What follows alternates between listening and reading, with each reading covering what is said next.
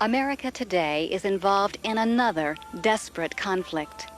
Much of the action takes place behind the scenes, set in clinics, homes, and hospitals.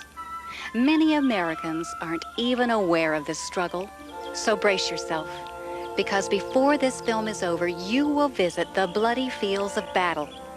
You'll meet the people involved in the fighting on both sides, which include some of the most influential figures in America today. And perhaps for the first time, you'll understand the reasons behind their struggle. Our story concerns abortion and began, strangely enough, in this relatively peaceful suburb of Los Angeles.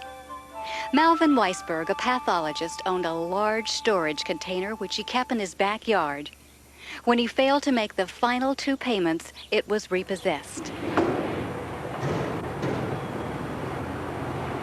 We made a decision to repossess it because his check did not clear the bank. And so we sent the truck out to pick up the container. I rolled out there and took the box up and started pulling it up. And it was so heavy, it just it broke the winch. And we couldn't get it off the trailer, so we had to leave it on the trailer because it was too heavy. So I was asked by Nick to have a crew go down and unload the container at the other yard. I got a radio call that from Ron Gillette, the foreman, and he said the men were throwing up and there was something really wrong. One of them fell down and hit me right in front of my feet.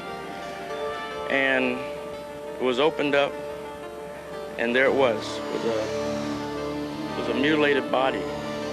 And the more closer I looked at it, it was a human body. And when I came to work the following day, I saw it myself. I couldn't believe it. And just little bitty babies, just all quarter pieces. The heads chopped off, arms, legs, it just makes you sick to see something like that. Well, really, it's just, it makes you want to cry when you see something like that. Starting at the very front of this container, it was just wall clear to the ceiling and clear to the sides, filled with them. I really don't want to witness it again. Not what I saw. Well, as the supervisor for the County of Los Angeles, we found out through the media that 17,000 infants had been stored in a container. So we asked for an investigation by the district attorney and the coroner's office. We found approximately 190 were over 20 weeks of age. I think some as old as 25, 27 weeks. Mr. Antonovich contacted Mr. Gutierrez. Glenn Wong is a funeral director for a major Los Angeles mortuary. Asked us to go ahead and handle the burial of the fetuses. How I came involved was they were asking if it were possible to have anyone photograph these fetuses, and I so happened to be also a photographer. How many fetuses were actually involved in the autopsies? There were approximately about 44, if I'm correct. And why were the autopsies performed? They were to find out why, or what was the reason of the cause of death. That wasn't apparent?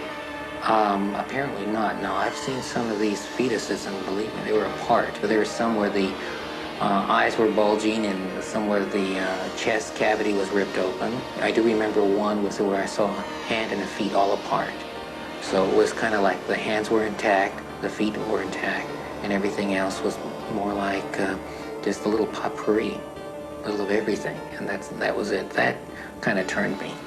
Here we see the abortionist stretching the cervix very wide open. Dr. John Wilkie, who with his wife Barbara authored The Handbook on Abortion, described the dilation and extraction method used to abort many of the fetuses. Without any anesthetic, the abortionist reaches up into the womb and seizes part of the body of the baby, usually a leg or an arm, twisting and tearing, tears it off and away from the body of the baby. The baby, feeling pain, does not have any anesthetic. Bleeding is extreme.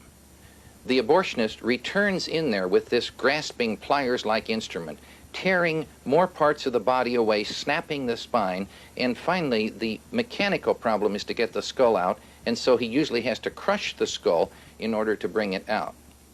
We had a court order that would allow us to bury these infants, being a humane act. And the ACLU comes in again saying that this is just tissue We want to incinerate them, and there's no need for a burial. Because if you had a burial, somehow that's going to create a problem. Problem for whom? And at that time, I think everybody there realized this was wrong, that it was really wrong. Everybody standing there felt that way. Even the coroner's office, I could sense that they were treating this like they were dead people, and they are dead people. That's the way everybody treated it. Evidently, the ACLU doesn't feel that way. And then transferred it all into to the original container, and as I understand, it's still up in a county yard someplace. Is it refrigerated? No, it's in a steel container. And how long, do you have any idea how long it'll be there? I don't know, but it's been 2 years now, so who knows? Although the discovery of 17,000 fetuses in a trash container is not an everyday occurrence, it is an event that should surprise no one. For every 3 days, an equivalent number of fetal children are disposed of in this country. 17,000.